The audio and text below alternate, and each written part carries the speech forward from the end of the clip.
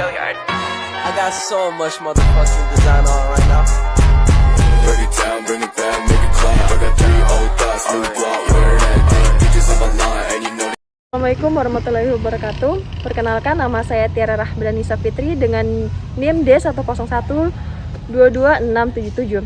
Sehubung dengan tugas hukum adat yang telah diberikan kepada kami kelompok 1 telah menyelesaikan tugas tersebut dengan mewawancarai salah satu ketua adat Lolu Selatan pada hari Selasa. Berikut wawancara yang telah kami lakukan. Artinya tidak harus juga mempunyai pendidikan sarjana S1, S2, seperti begitu. Kalau jabatan lainnya kira-kira seperti itu masuk. Tapi itu dengan keadaan sekarang harus punya pendidikan.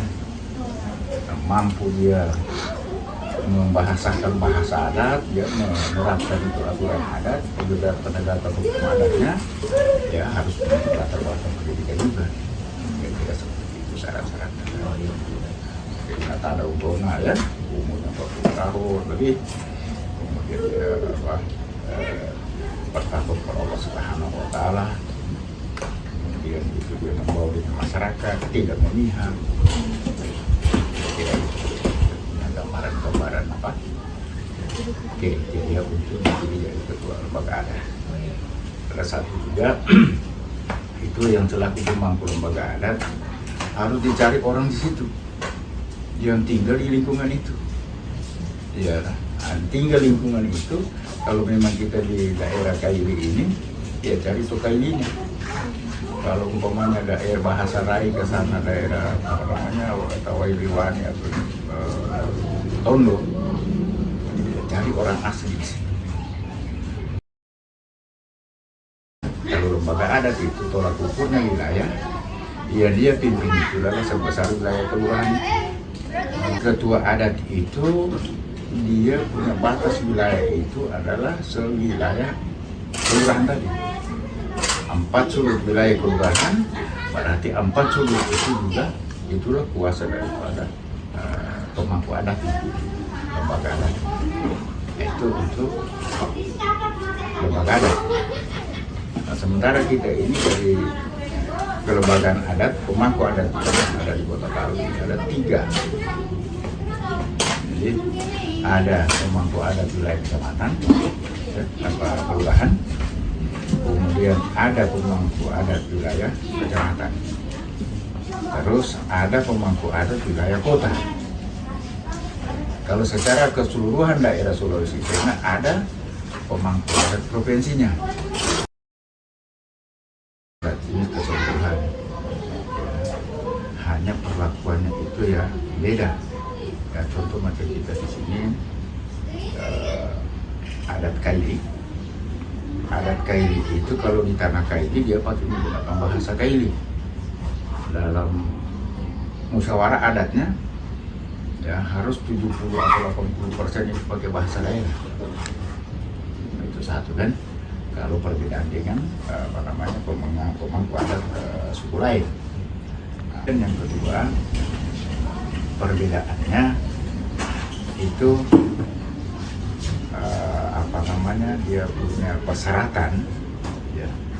Persyaratan itu kalau saya gambarkan kayak kalau orang menikah itu maharnya, kalau di bahasa adatnya itu sambulu. Nah, ya kan?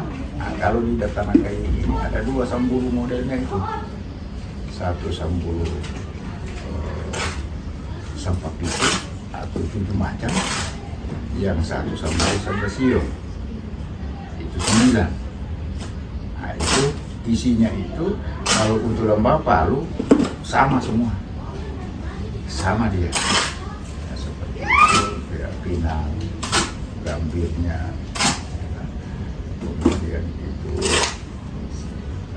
daun apa itu sili, ya, buah silinya, nah, itu sama itu. Berikutnya dia punya perbedaan itu, nah, sanksinya kalau pemain ada yang melanggar kemudian kita sidangkan, kita musyawarahkan, ya, nah, itu sama semua itu. Kesamaannya kalau umpamanya orang yang bersalah itu disanksi 1 ekor kambing. Daerah lain itu ya pakai kambing. Ya mungkin kalau di sana tidak ada kambing ya pakai babi. Karena dia muaranya kalau paling besar itu kan kerbau. Sanksi adat yang paling besar itu sudah kerbau. Ada dilaksanakan itu di acara paling upacarakan secara adat. Kalau dulu ini cerita petani dulu kita ini. Ya. Jadi pada saat panen, ya katakanlah tahun-tahun 1970 ya dari ke bawah. Jadi mereka itu orang-orang tua kita untuk budaya adat itu mereka pertahankan salah satunya dengan merayakan hasil panen itu dilakukan secara adat. Gitu. Tapi kalau kita ikuti perkembangannya dengan modernnya sekarang ini, sudah tidak terlalu kita memperhatikan katakanlah berdirinya adat itu tanggal sekian tahun sekian. Sudah sekian tahun adat berdiri. Setiap tahun kita lakukan dia punya perayaan benar acara gunting rambut. Nah, orang tua adat itu ada di dalamnya, ya kan? Tentunya di adat itu apa yang digunakan untuk acara gunting rambut. Ya, contohnya seperti hiasan kelapa, ya kan? Itu acara gunting rambut. Itu masyarakat sudah melaksanakan itu acara gunting rambut. Nah, sudah rembuh. Nah, kurang dicari pemangku adatnya. Nah, dia datang tanya, apa semua kita siapkan kalau acara gunting rambut ini, Pak? Bagaimana ini semua yang kita siapkan acara gunting rambutnya, Bu? Nah, dan itu kan lain dengan pelaksanaan pesta kawin. Nah, pesta kawin kalau melamar, ya kan? Rembuh keluarga, kemudian sudah sepakat keluarga, dia cari itu pemangku adat.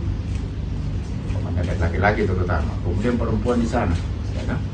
Laki-laki ini, oh kami ini Pak mau meminang,